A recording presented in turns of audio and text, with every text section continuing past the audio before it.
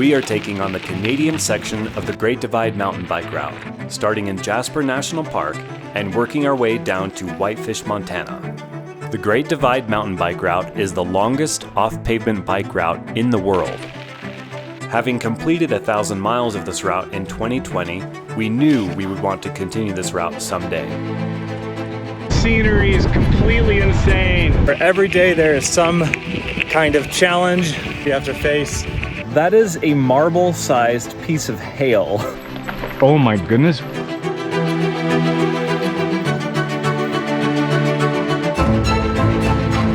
that was quite the encounter with the grizzly bear. Like every few minutes, a car passes us.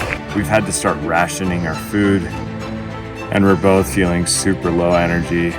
Feels like we're just kind of stumbling towards the finish line. It's not easy. And so I think so much of it is your mindset. What an immense privilege this is for us to be able to even do this. Like, yes, we're suffering sometimes and it's hard to lose sight of that, but so many people in the world couldn't imagine having this time.